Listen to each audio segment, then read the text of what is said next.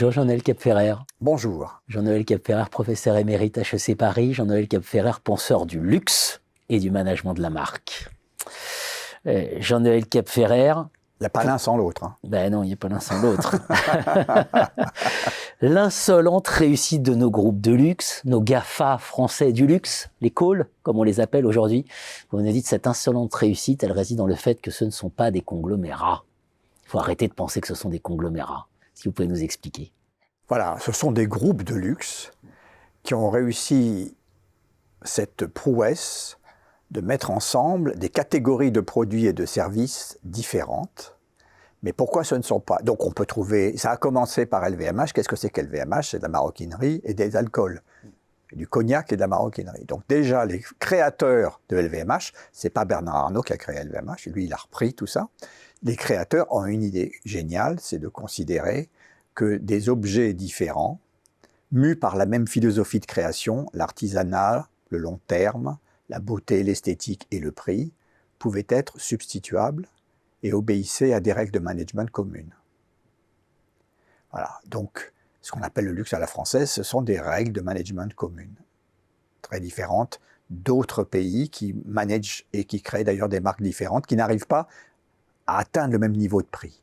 Alors le conglomérat, pourquoi le conglomérat? Parce qu'un conglomérat, c'est mettre ensemble des catégories disjointes. Voilà, Samsung est un conglomérat, il y a des centrales nucléaires, des voitures, de la mode, etc.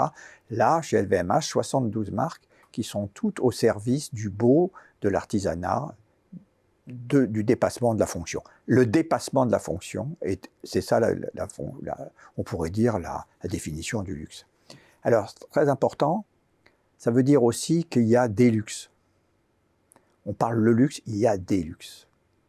On ne peut pas parler de la même façon de Dior, de Vuitton et de marques beaucoup plus accessibles. Si je prends par exemple le domaine des montres, si je prends par exemple Richemont, qui est un autre groupe, qui lui j'allais dire mono-catégorie puisque c'est les montres, bien, entre les montres à 50 000 € et les montres à 3 000 €, c'est pas le même luxe. Et pourtant, ils vont obéir aux mêmes règles, au même fonctionnement, aux mêmes principes de, comment dirais-je, de management du luxe. Voilà. C'est ça l'intérêt des groupes. Alors vous allez me dire, pourquoi les groupes? Parce que le storytelling, la fable, c'est il faut rester petit, c'est familial, etc.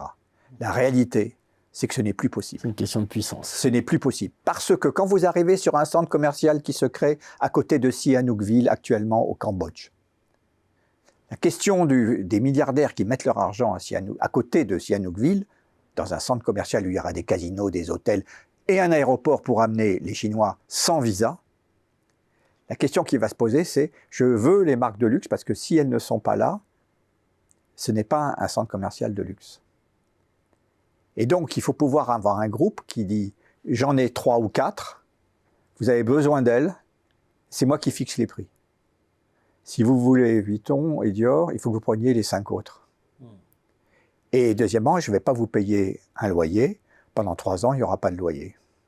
Parce que vous avez plus besoin de moi que moi de vous. » Donc, d'un seul coup, ce mot interdit qui est la fonction de synergie, on disait avant, bon, Procter & Gamble, il y a des synergies dans la lessive. Là, il n'y a pas de synergie dans le luxe parce qu'il faut que chaque équipe chaque maison doit rester indépendante et ne pas communiquer avec les autres. À un moment donné, la force fait l'union et la force fait le développement de chacune de ces maisons. Voilà. Parce que nous sommes dans une mondialisation et la mondialisation, on parlait de luxification, la mondialisation, c'est la luxification au monde entier. Bien sûr. C'est absolument passionnant. J'ai envie de dire, tout ça est très cohérent avec la financiarisation. Tout à fait. Parce que quelque part, et on rejoint l'idée de modification, make the non-recurring recurring, c'est-à-dire que ces groupes ont réussi en plus à rendre récurrents et des profits récurrents, ce qui normalement n'était pas récurrent dans le cadre du luxe avec l'intemporalité. Oui, mais l'intemporalité achetée souvent va nourrir le marché de l'occasion, second hand, comme on dit. Oui, parce que si j'achète beaucoup de choses qui sont durables, à un moment donné, je me sens coupable, j'ouvre mon armoire et je me dis, mais j'ai trop de sacs en crocodile, il est temps que je fasse le vide. Et même les riches prennent plaisir à aller sur les sites de vente de seconde main. Et avec l'argent, ils rachètent de la première main. Donc la seconde main est rentrée dans le système au service de la première main. N'oublions jamais que nous avons des GAFA français, et ce sont les groupes du luxe. Tout à fait. Merci à vous, Jean-Noël Capurer.